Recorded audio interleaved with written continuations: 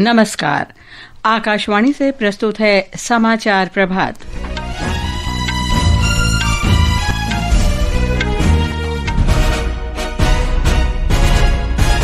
विदेश सचिव विक्रम मिस्री ने पाकिस्तान पर बार बार संघर्ष विराम उल्लंघन का आरोप लगाया। कहा, भारतीय सेना इसका समुचित जवाब दे रही है। गृह सचिव गोविंद मोहन ने पाकिस्तान के साथ सीमा साझा करने वाले राज्यों के मुख्य सचिवों के साथ बैठक की। दक्षिण पश्चिम मानसून इस साल केरल तट पर जल्दी पहुंचेगा, फसलों की अच्छी पैदावार होने की संभावना। बांग्लादेश की अंतरिम सरकार ने पूर्व प्रधानमंत्री शेख हसीना के अवामी लीग पार्टी की सभी गतिविधियों पर प्रतिबंध लगाया। अमेरिका और ईरान के बीच नए दौर की परमाणु वार्ता आज ओमान में। भारत पाकिस्तान के बीच संघर्ष विराम के बाद आईपीएल के शेष मैच खेले जाने को लेकर फैसला आज।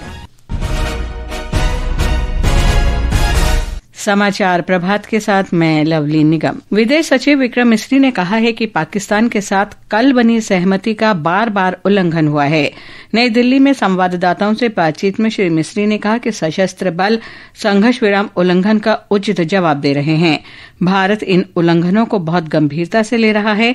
भारत ने पाकिस्तान से संघर्ष विराम उल्लंघन को समाप्त करने के लिए उचित कदम उठाने तथा स्थिति से गंभीरता और जिम्मेदारी के साथ निपटने का आह्वान किया है। श्री मिस्री ने कहा कि सशस्त्र बलों को अंतर्राष्ट्रीय सीमा और नियंत्रण रेखा पर संघर्ष विराम उल्लंघन की किसी भी घटना से सख्ती से निपटने के निर्देश दिए गए हैं। इस समझौते का पाकिस्तान की ओर से घोर उल्लंघन हो रहा है। भारतीय सेना जवाबी कार्रवाई कर रही है और इस सीमा अतिक्रमण से निपट रही है। ये अतिक्रमण अत्यंत ही निंदनीय है और पाकिस्तान इनके लिए जिम्मेदार है। हमारा मानना है कि पाकिस्तान इस स्थिति को ठीक से समझे और इस अतिक्रमण को रोकने के लिए तुरंत उचित कार्रवाई करे। विदेश सचिव श्री मिस्री ने कहा कि पाकिस्तान के सैन्य ऑपरेशंस महानिदेशक ने कल दोपहर युद्ध विराम का आह्वान किया, जिसके बाद चर्चा हुई और यह सहमति बनी। विदेश मंत्रालय ने स्पष्ट किया कि गोलीबारी और सैन्य कार्रवाई रोकने पर दोनों देशों के बीच सीधे तौर पर सहमति बनी। श्री मिस्री ने कहा कि सैन्य संचालन महानिदेशक फिर से बातचीत करेंगे। Both sides would stop all firing and military action on land and in the air and sea with effect. Instructions have been given on both sides to give effect to this understanding. The Directors General of Military Operations will talk again on the 12th of May at 1200 hours. प्रधानमंत्री नरेंद्र मोदी ने भारत और पाकिस्तान के बीच संघर्ष विराम की घोषणा के तुरंत बाद उच्च स्तरीय बैठक की अध्यक्षता की। नई दिल्ली में प्रधानमंत्री आवास पर हुई बैठक में विदेश मंत्री सुब्रमण्यम जयशंकर, रक्षा मंत्री राजनाथ सिंह, राष्ट्रीय सुरक्षा सलाहकार अजीत डोभाल, प्रमुख रक्षा अध्यक्ष और तीनों सेनाओं के प्रमुख शामिल हुए। संयुक्त राष्ट्र महासचिव अंटोनियो गुतेरेस ने भारत और पाकिस्तान के बीच संघर्ष विराम समझौते का स्वागत किया है। उन्होंने इसे तनाव कम करने और मौजूदा शत्रुता खत्म करने की दिशा में सकारात्मक कदम बताया। महासचिव के प्रवक्ता स्टीफन दुजारिक ने कहा कि श्री गुतेरेस को उम्मीद है कि इस समझौते से शांति स्थापित करने में मदद मिलेगी और दोनों देशों के बीच लंबे समय से चल रहे सीमा विवाद को हल करने में अनुकूल वातावरण उत्पन्न होगा। ब्रिटेन ने भी संघर्ष विराम समझौते का स्वागत किया है और दोनों देशों से तनाव कम करने की दिशा में कदम उठाने का अनुरोध किया है।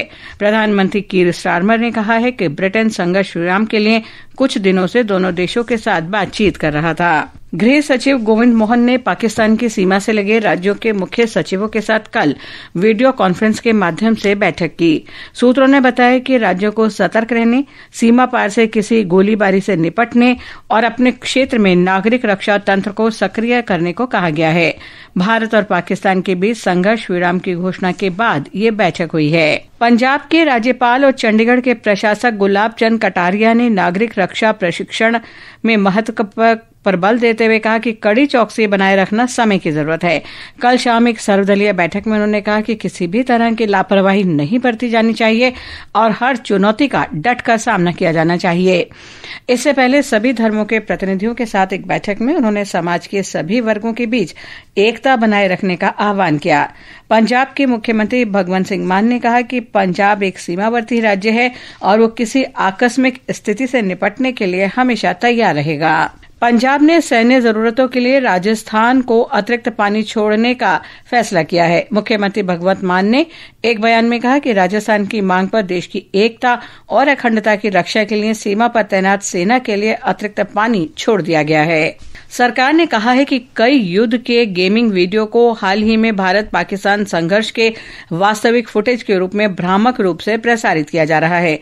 लोगों से ऐसे प्रचार वाले पोस्ट से बचने की सलाह दी गई है। पत्र सूचना कार्यालय की तथ्य जांच इकाई ने कहा है कि युद्ध गेमिंग फुटेज सोशल मीडिया बड़ी मात्रा में दिखाए जा रहे और लोगों को इससे सतर्क रहना चाहिए। रक्षा मंत्री के कार्यालय के नाम से व्हाट्सएप पर एक संदेश प्रसारित हो रहा है। इसमें भारत और पाकिस्तान के बीच संघर्ष की स्थिति के मद्देनजर नागरिक तैयारियों के निर्देश दिए गए हैं। पीआईबी ने कहा है कि यह संदेश फर्जी है और सरकार ने ऐसा कोई निर्देश नहीं दिया है। इस महत्वपूर्ण समय में प्रत्येक जानकारी की सावधानीपूर्वक जांच करना महत्वपूर्ण है। कोई भी संदिग्ध सामग्री विशेष रूप से भारतीय सशस्त्र बलों से संबंधित या मौजूदा स्थिति से संबंधित कोई भी जानकारी की सूचना पीआईबी फैक्ट चेक को देनी चाहिए। ऐसी सामग्री व्हाट्सएप नंबर 8799711259 और ईमेल आईडी socialmedia@pib.gov.in पर भी भेजी जा सकती है। मेजर जनरल सेवानिवृत्त बिपिन बख्शी ने आकाशवाणी से विशेष बातचीत में बताया कि भारत ने स्पष्ट शब्दों में घोषणा की है कि अगर पाकिस्तान आगे किसी भी तरह की कार्रवाई करता है तो हम इसका जवाब सख्ती से देंगे। हमने बहुत ही सोच समझ के और बहुत ही रीजन तरीके से हमने एक्शन लिए हैं। मेन हमारा मुद्दा था कि आतंकवाद को रोक देना है। सरहद पार आतंकवाद आप ना करें। अगर आप ऐसा करेंगे तो आपको मुंह की खानी पड़ेगी। ये मेरे ख्याल से संदेश बिल्कुल साफ साफ शब्दों में हमने दे दिया है। ये समाचार आकाशवाणी से प्रसारित किए जा रहे हैं। ताजा समाचार जानने के लिए आप हमारे social media handle X @AIR News Hindi को फॉलो कर सकते हैं। बांग्लादेश में अंतरिम सरकार ने आतंकरोधी कानून के तहत पूर्व प्रधानमंत्री शेख हसीना की अवामी लीग पार्टी की सभी गतिविधियों पर प्रतिबंध लगा दिया है। ये प्रतिबंध पार्टी और उनके नेताओं के खिलाफ मुकदमा पूरा होने तक जारी रहेगी। एक रिपोर्ट। सलाहकार परिषद की एक विशेष बैठक के दौरान यह निर्णय लिया गया। बैठक में अंतर्राष्ट्रीय अपराध न्यायाधिकरण अधिनियम में संशोधन को भी मंजूरी दी गई, जिससे राजनीतिक दलों, उसके संबद्ध संगठनों या समर्थकों के समूह के खिलाफ मुकदमा चलाने की अनुमति दी गई। यह प्रतिबंध गुरुवार रात से शुरू हुए और पूरे ढाका में फैलते विरोध प्रदर्शनों के बीच लगाया गया है। नवल संघ परमार, आकाशवाणी समाचार, ढाका। बलूच लिबरेशन आर्मी ने बलूचिस्तान में 39 स्थानों पर कई हमलों की जिम्मेदारी ली है। हमारे संवाददाता ने आर्मी के हवाले से बताया है कि यह अभियान कई रणनीतिक उद्देश्यों को पूरा करने के लिए चलाया जा रहा है। बलूच लिबरेशन आर्मी के प्रवक्ता जियान बलूच ने कहा है कि हमलों में कई ठिकानों को निशाना बनाया गया है। इनमें पुलिस थाने, सैन्य काफिले और प्रमुख राजमार्गों के किनारे ढांचागत केंद्र शामिल हैं। बलूच लिबरेशन आर्मी ने पुलिस थानों पर कब्जा करने और क्षेत्र की प्रमुख सड़कों पर नाकाबंदी करने का भी दावा किया है। बलूच लिबरेशन आर्मी पाकिस्तान के बलूचिस्तान में बलूच लोगों की आजादी के लिए प्रयासरत एक सशस्त्र अलगाववादी गुट है। बलूच लिबरेशन आर्मी ने दावा किया है कि बलूचिस्तान के विशाल प्राकृतिक संसाधनों का स्थानीय आबादी को लाभ पहुंचाए बिना दोहन किया जा रहा है और सरकार बलूच लोगों को उनके अधिकारों और स्वायत्तता से वंचित कर रही है। समाचार कक्ष से मुकेश कुमार। पाकिस्तानी सेना की एक मिसाइल गलत निशाने पर अपने ही रिहायशी इलाके में गुरुद्वारे के पास जा गिरी। विस्फोट से गुरुद्वारे की खिड़कियां टूट गईं और लोगों में दहशत फैल गई। घटना के समय गुरुद्वारे में अरदास चल रही थी। पाकिस्तानी सेना की ये न केवल तकनीकी नाकामी है, बल्कि ये एक कूटनीतिक और सामाजिक आपदा भी है। 2022 और 2024 में भी ऐसी ही घटनाएं हुई थी, जिसने पाकिस्तान की तकनीकी प्रणाली को लेकर सवाल खड़े कर दिए थे। पाकिस्तान की सेना चीन से आने वाले कबाड़ हथियारों, गलत तरीके से खरीद, सोशल मीडिया हेरफेर और झूठे अभियानों पर चल रही है। ओमान में अमेरिका और ईरान के बीच परमाणु वार्ता का नया दौर आज शुरू होगा।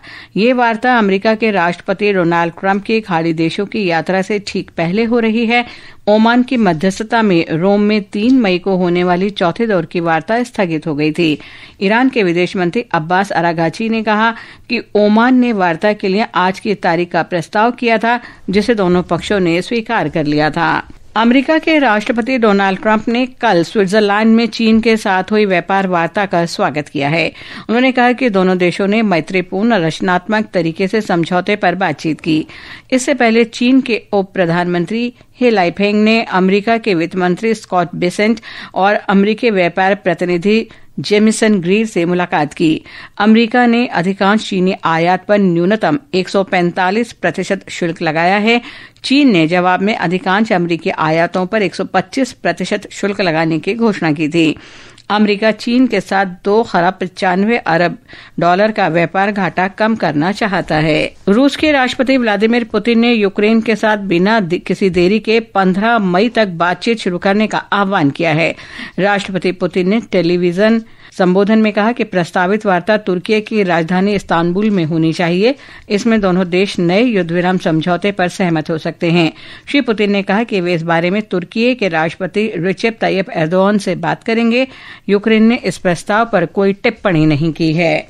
अल्बानिया में आज संसदीय चुनाव के लिए मतदान हो रहा है। प्रधानमंत्री एडी रामा चौथे कार्यकाल के लिए चुनाव लड़ रहे हैं। 37 लाख मतदाता 140 सदस्यों के चुनाव के लिए मतदान कर रहे हैं, जिसमें अल्बानियाई प्रवासी पहली बार मतदान में हिस्सा ले रहे हैं। मतदान भारतीय समय अनुसार सवेरे 10:30 से दोपहर बाद 12:30 तक चलेगा। मौसम विभाग ने दक्षिण पश्चिम मानसून के 27 मई को केरल तट पर पहुंचने का अनुमान व्यक्त किया है।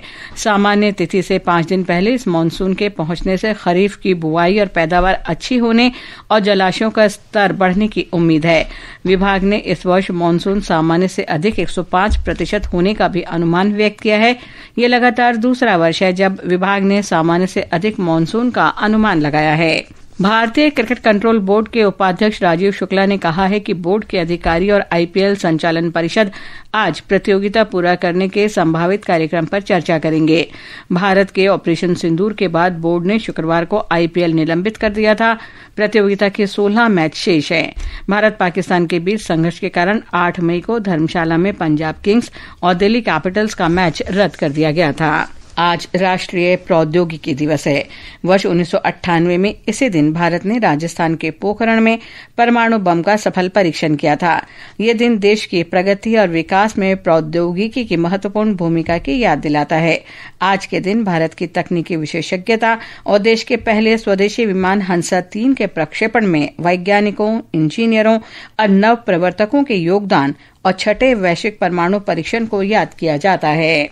ये समाचार हमारी वेबसाइट www.newsonair.gov.in और हमारे news on AIR mobile app पर भी उपलब्ध हैं। और अब आज के समाचार पत्रों की सुर्खियों के साथ हैं फरहत नाज। धन्यवाद लवलीन।